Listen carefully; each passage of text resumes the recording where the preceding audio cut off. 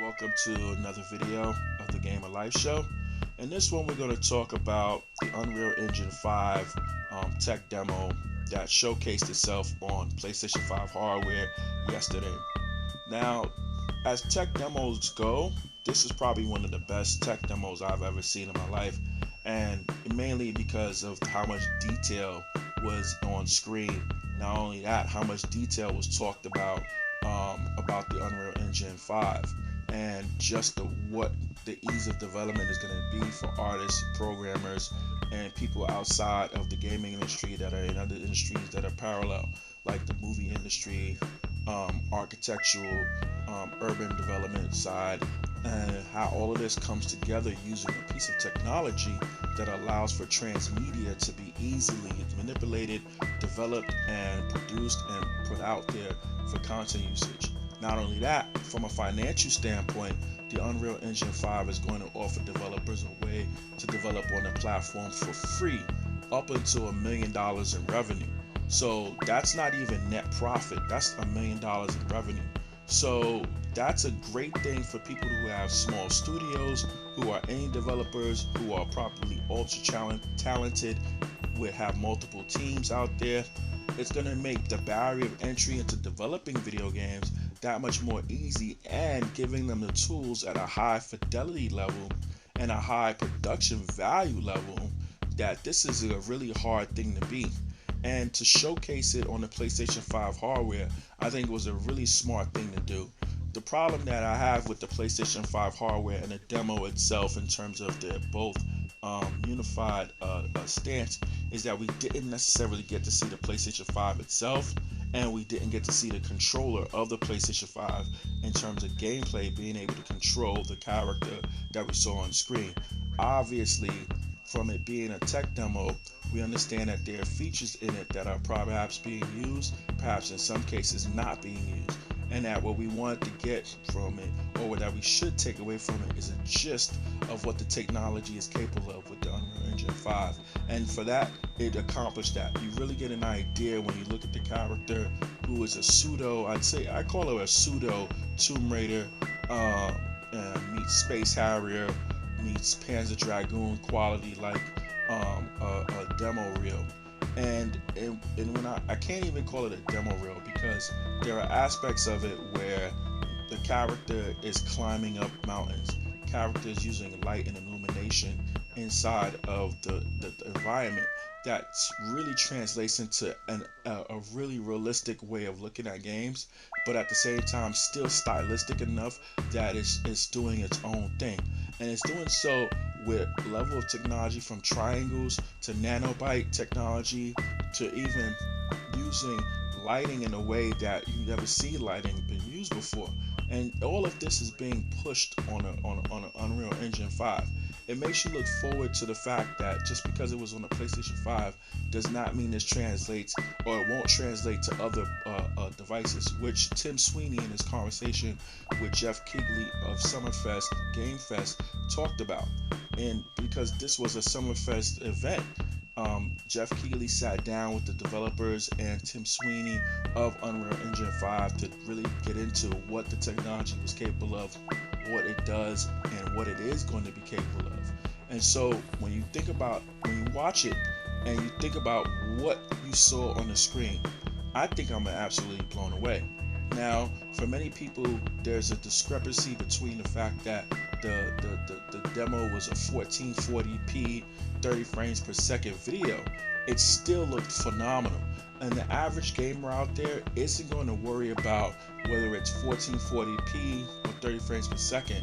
They want to get something that looks fantastic and that will play fantastic. As hardcore gamers, we want something that's what I'd say 4K 60 frames per second.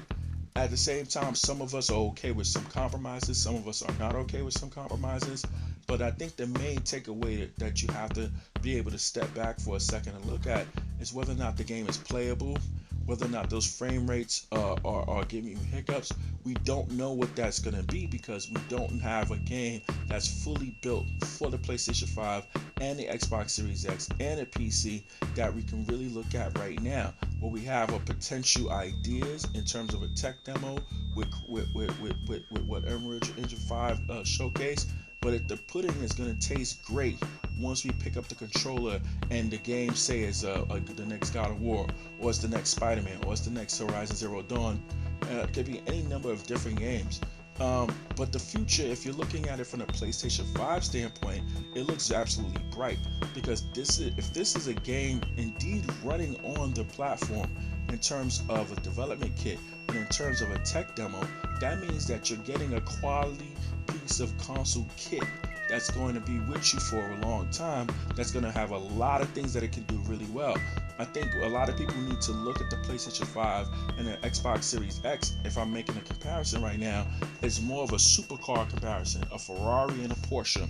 It's just, at this point in time, it's what you prefer.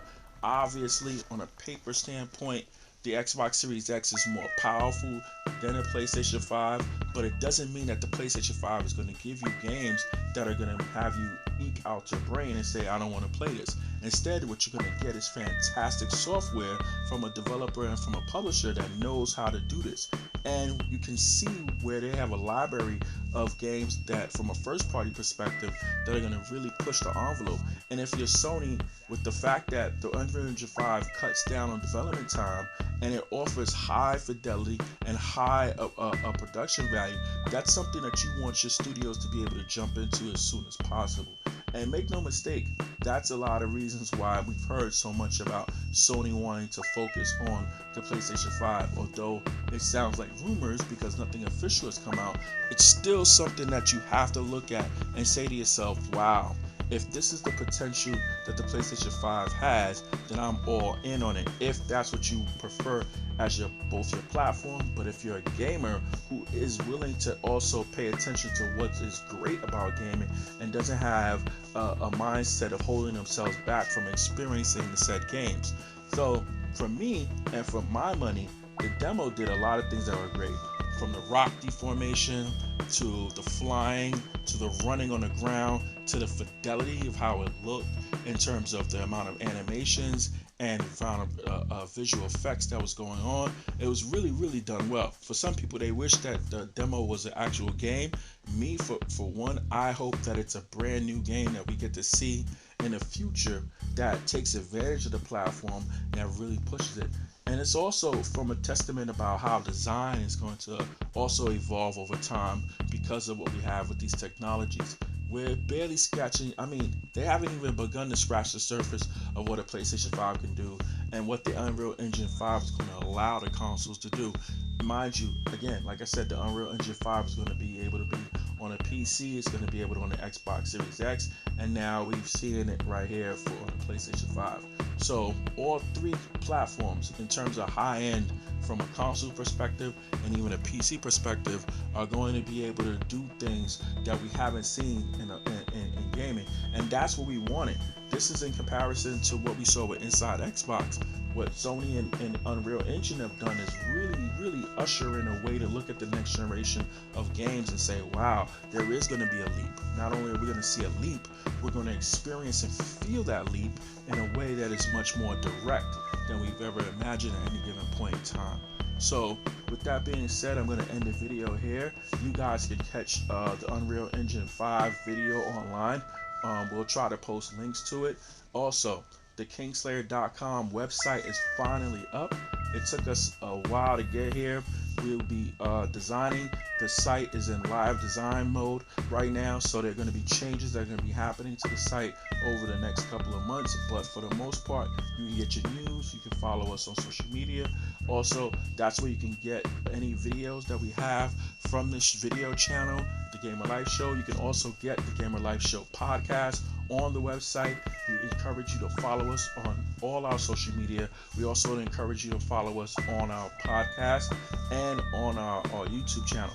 And we'll have the Patreon up pretty soon for you guys, because we're gonna have a lot of really cool gifts that we're gonna give away for our Patreon members who support our shows, who support our content, and want to know more and learn more and be shown what the Gamer Lifestyle looks like and what Gamer Life is all about. So we're end this video here, and I'm going to say it one more time. Welcome to Gamer Life. Peace.